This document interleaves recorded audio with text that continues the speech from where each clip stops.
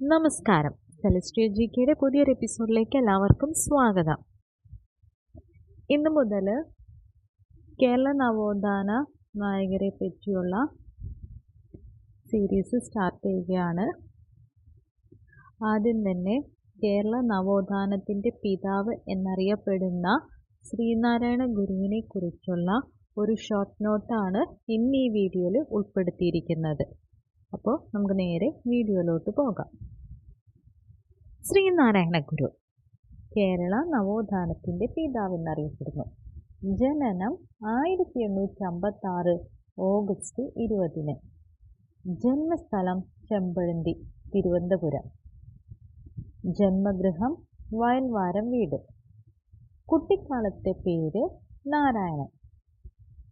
പിതാവ് മാടനാശാൻ, മാതാവ് കുട്ടിയമ്മ, ഭാര്യ കാളിയമ്മ. സമാധിയായ വർഷം 1928 സെപ്റ്റംബർ 20. മലയാള മാസം 1704 കന്നി 5. നാണുആശാൻ എന്ന പേരിൽ അറിയപ്പെട്ടിരുന്നത് ശ്രീനാരായണ ഗുരുവാണ്. നൂറ്റാണ്ടിൻ്റെ മലയാളിയായി മലയാള മനോരമ തിരഞ്ഞെടുത്ത വ്യക്തിയും ശ്രീനാരായണ ഗുരുവാണ്. ജനനവും മരണവും അവധി ദിവസമായി പ്രഖ്യാപിച്ചിട്ടുള്ള ഏക നവോത്ഥാന നായകൻ. ശ്രീനാരായണ ഗുരുദേവൻ ജനിക്കുമ്പോൾ തിരുവിതാംകൂർ ഭരിച്ചിരുന്നത് ഉത്രം തിരുനാൾ മാർത്താണ്ഡവർമ്മയാണ്. അധ്യാപകരും ശിഷ്യരും. ഗുരുവിൻ്റെ ആദ്യകാല ഗുരു മൂത്തപിള്ള ആശാൻ. ശ്രീനാരായണ ഗുരുവിൻ്റെ ഗുരുക്കന്മാർ രാമൻ പിള്ള ആശാൻ, തൈക്കാട് അയ്യ. ശ്രീനാരായണ ഗുരുവിൻ്റെ സംസ്കൃതത്തിലും വേദാന്ത തത്വശാസ്ത്രത്തിലും അധ്യാപകൻ രാമൻ പിള്ള ആശാൻ. യോഗയിൽ ശ്രീനാരായണ ഗുരുവിൻ്റെ ആചാര്യൻ തൈക്കാട് അയ്യ. തൈക്കാട് അയ്യയിൽ നിന്ന് ഗുരു പഠിച്ച യോഗരൂപം ഹഠയോഗ വിദ്യ. ശ്രീനാരായണ ഗുരുവിൻ്റെ പ്രശസ്ത ശിഷ്യർ ഡോക്ടർ പൽപ്പു, കുമാരനാശാൻ, നടരാജഗുരു, നിത്യ ചൈതന്യാദി. ഗുരുവിൻ്റെ ആദ്യ സന്യാസ ശിഷ്യൻ ശിവലിംഗ സ്വാമികൾ. ശിവലിംഗ സ്വാമികളുടെ യഥാർത്ഥ പേര് കുഞ്ചു അയ്യപ്പൻ പിള്ള. അവസാന സന്യാസ ശിഷ്യൻ ആനന്ദ തീർത്ഥ സ്വാമികൾ. ഗുരുവിൻ്റെ മുൻഗാമി എന്നറിയപ്പെടുന്നത് ആറാട്ടുപുഴ വേലായുധൻ പണിക്കർ. ഗുരുവിൻ്റെ പിൻഗാമി ബോധാനന്ദ സ്വാമികൾ. ബോധാനന്ദ സ്വാമിയുടെ യഥാർത്ഥ നാമം വേലായുധൻ. ഗുരുവിൻ്റെ വിദേശത്തെ ശിഷ്യൻ ഏർണസ്റ്റ് ക്ലർക്ക്. 1923 നീലഗിരിയിൽ നാരായണ ഗുരുകുലം സ്ഥാപിച്ചത് നടരാജഗുരു, ഡോക്ടർ പൽപ്പുവിൻ്റെ രണ്ടാമത്തെ മകൻ. നെക്സ്റ്റ്, കണ്ടുമുട്ടലുകൾ. 1882 ചട്ടമ്പി സ്വാമിയെ ആണിയൂർ ക്ഷേത്രത്തിൽ വെച്ച് ശ്രീനാരായണ ഗുരു കണ്ടുമുട്ടി. ഇതിനുശേഷം ചട്ടമ്പി സ്വാമിയോടുള്ള ആദരസൂചകമായി ഗുരു രചിച്ച കൃതിയാണ് നവമഞ്ചരി. 1891 കുമാരനാശാൻ ശ്രീനാരായണ ഗുരുവിനെ കണ്ടുമുട്ടി.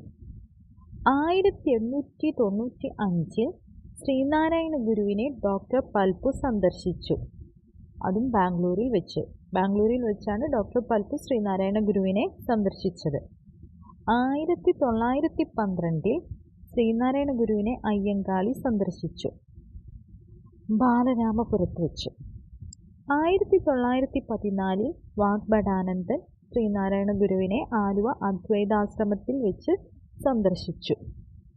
1916 രമണ മഹർഷിയെ തിരുവണ്ണാമലയിൽ ശ്രീനാരായണ ഗുരു സന്ദർശിച്ചു. ശ്രീനാരായണ ഗുരു തിരുവണ്ണാമലയിൽ പോയി സന്ദർശിച്ച സന്യാസി രമണ മഹർഷിയാണ്.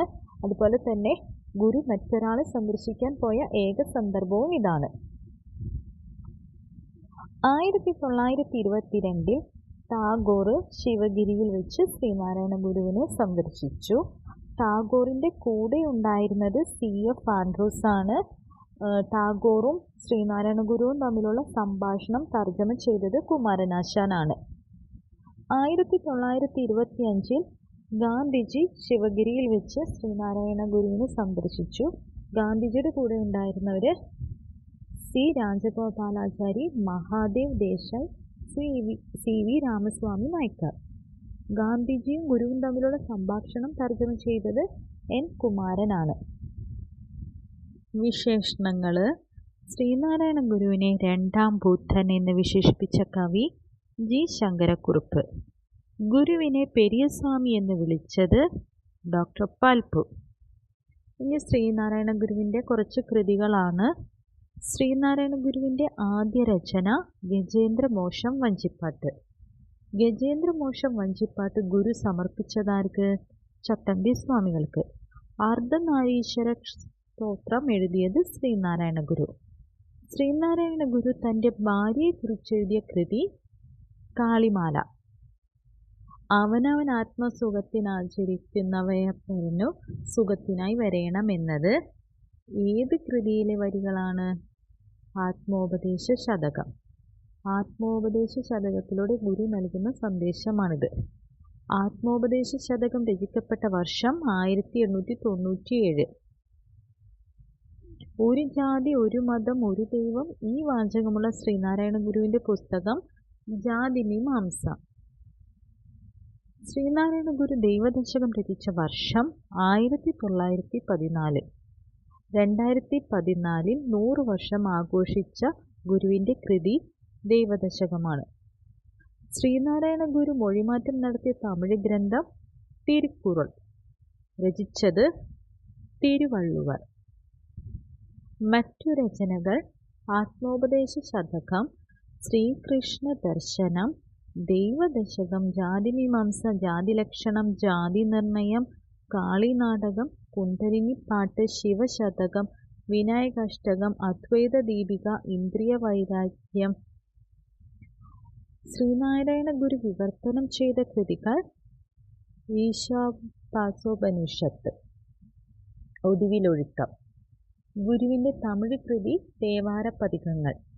ശ്രീനാരായണ ഗുരുവിൻ്റെ സംസ്കൃത രചനകൾ: ദർശനമാല, നിർവൃതി പഞ്ചകം, ചിദംബരാഷ്ടകം, വേദാന്ത സൂത്രം. സംഘടിച്ച് ശക്തരാകുവിൻ, വിദ്യ കൊണ്ട് പ്രബുദ്ധരാകുക. മതമേതായാലും മനുഷ്യൻ നന്നായാൽ മതി എന്ന് പ്രസ്താവിച്ചത് ശ്രീനാരായണ ഗുരു. അരുവിപ്പുറം. ശ്രീനാരായണ ഗുരു അരുവിപ്പുറത്ത് ക്ഷേത്രം പണികഴിപ്പിച്ച വർഷം 1887. ശ്രീനാരായണ ഗുരു അരുവിപ്പുറം പ്രതിഷ്ഠ നടത്തിയ വർഷം 1888. നെയ്യാറിൽ നിന്നെടുത്ത കല്ലുകൊണ്ടാണ് പ്രതിഷ്ഠ നടത്തിയത്. അരുവിപ്പുറം ക്ഷേത്രയോഗം രൂപവത്കരിച്ച വർഷം 1898. അരുവിപ്പുറം വിപ്ലവം എന്നറിയപ്പെടുന്നത് അരുവിപ്പുറം ശിവപ്രതിഷ്ഠ. ജാതിഭേദം മതദ്വേഷം ഏതുമില്ലാതെ സർവരും സോദരതേന വാഴുന്ന മാതൃക സ്ഥാനമാണിത്. ഗുരുദേവന്റെ ഈ വാക്കുകൾ അരുവിപ്പുറം ക്ഷേത്ര കവാടത്തിൽ ആലേഖനം ചെയ്തിരിക്കുന്നു.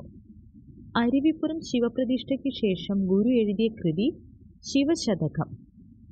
അരുവിപ്പുറം സ്ഥിതി ചെയ്യുന്ന സ്ഥലം നെയ്യാറ്റിൻകര. 1913 ആലുവയിൽ അദ്വൈതാശ്രമം സ്ഥാപിച്ചു.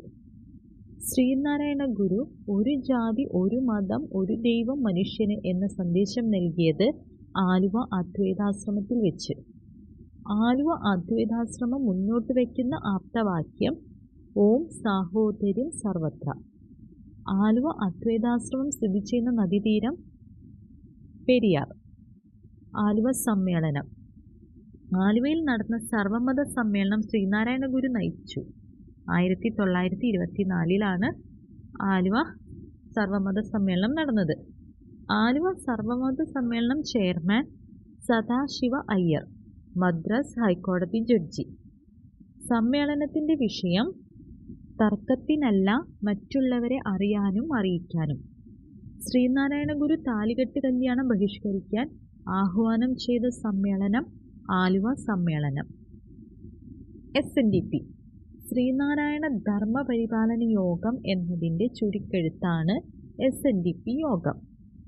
സുനിശ്ചിതമായ ഭരണഘടന പ്രവൃത്തി പദ്ധതിയും കാലാകാലങ്ങളിൽ തെരഞ്ഞെടുപ്പ് സമ്പ്രദായങ്ങളോടുള്ള ആദ്യത്തെ ജനകീയ സംഘടനയാണ് SNDP. ശ്രീനാരായണ ഗുരുവിൻ്റെ ആദർശങ്ങൾ പ്രചരിപ്പിക്കുക, ഈഴവർ, തീയർ തുടങ്ങിയ അവശ സമുദായങ്ങളെ സാമൂഹികവും ആത്മീയവുമായ പുരോഗതിയിലേക്ക് നയിക്കുക, സന്യാസ മഠങ്ങളും വിദ്യാഭ്യാസ സ്ഥാപനങ്ങളും സ്ഥാപിക്കുക തുടങ്ങിയവയായിരുന്നു യോഗത്തിൻ്റെ മുഖ്യ ലക്ഷ്യങ്ങൾ. കേരളത്തിൻ്റെ നവോത്ഥാനത്തിൽ പ്രധാന പങ്ക് വഹിച്ച ശ്രീനാരായണ ധർമ്മപരിപാലന യോഗം 1903 മെയ് 15 കമ്പനി നിയമപ്രകാരം രജിസ്റ്റർ ചെയ്തു. ശ്രീനാരായണ ഗുരു യോഗത്തിൻ്റെ ആദ്യ അധ്യക്ഷനും SNDPയുടെ ആദ്യ ഉപാധ്യക്ഷൻ ഡോക്ടർ പൽപ്പുവുമാണ്. കുമാരനാശാൻ ആദ്യ സെക്രട്ടറിയുമായിരുന്നു. യോഗ രൂപീകരണത്തിന് സുപ്രധാന പങ്കു വഹിച്ചത് ഡോക്ടർ പൽപ്പു ആണ്. SNDPയുടെ മുൻഗാമി വാവുട്ടു യോഗം. ശ്രീനാരായണ ഗുരുവിന് വേണ്ടി കുമാരനാശാൻ പേരുവച്ചയച്ച ഒരു ക്ഷണക്കത്തിൻ്റെ അടിസ്ഥാനത്തിൽ കേരളത്തിൻ്റെ നാനാഭാഗത്തു നിന്നും എത്തിയ കുറെ ഇഴവ പ്രമാണിമാർ 1902 ഡിസംബറിൽ തിരുവനന്തപുരത്തെ കമലാലയം ബംഗ്ലാവിൽ യോഗം ചേർന്നു. നാരായണ ഗുരു ആദ്യം പ്രതിഷ്ഠിച്ച അരുവിപ്പുറം ക്ഷേത്രത്തോടനുബന്ധിച്ച് നടന്നിരുന്ന വാവൂട്ട് യോഗം കേരളത്തിലാകെ പ്രവർത്തിക്കുന്ന ശ്രീനാരായണ ധർമ്മപരിപാലന യോഗമാക്കി വളർത്താൻ അന്നവർ തീരുമാനിച്ചതിൻ്റെ ഫലമായാണ് യോഗം സ്ഥാപിച്ചത്. യോഗത്തിൻ്റെ മുഖപത്രം വിവേകോദയം എന്ന ദ്വൈമാസിക 1904 പ്രസിദ്ധീകരിച്ചു. വിവേകോദയം പത്രം ഇഴവ ഗസറ്റ് എന്ന അപരനാമത്തിൽ അറിയപ്പെട്ടു. വിവേകോദയം പത്രത്തിൻ്റെ ആദ്യ പത്രാധിപർ കുമാരനാശാൻ, എഡിറ്റർ M. ഗോവിന്ദൻ. വിവേകാനന്ദ സ്വാമികളോടുള്ള ആദരസൂചകമായി SNDPയുടെ മുഖപത്രത്തിന് വിവേകോദയം എന്ന പേര് നൽകുകയായിരുന്നു. ഇപ്പോഴത്തെ SNDPയുടെ മുഖപത്രം യോഗനാഥം. SNDPയുടെ രൂപീകരണത്തിന് കാരണമായ യോഗം അരുവിപ്പുറം ക്ഷേത്രയോഗം. SNDPയുടെ പ്രഥമ വാർഷിക സമ്മേളനം നടന്നതെവിടെ? അരുവിപ്പുറത്ത് വെച്ച്. SNDPയുടെ ആസ്ഥാനം കൊല്ലം. ശ്രീനാരായണ ധർമ്മസംഘം രൂപീകരിച്ചത് 1928. രൂപീകരിച്ച വ്യക്തി ബോധാനന്ദ സ്വാമികൾ.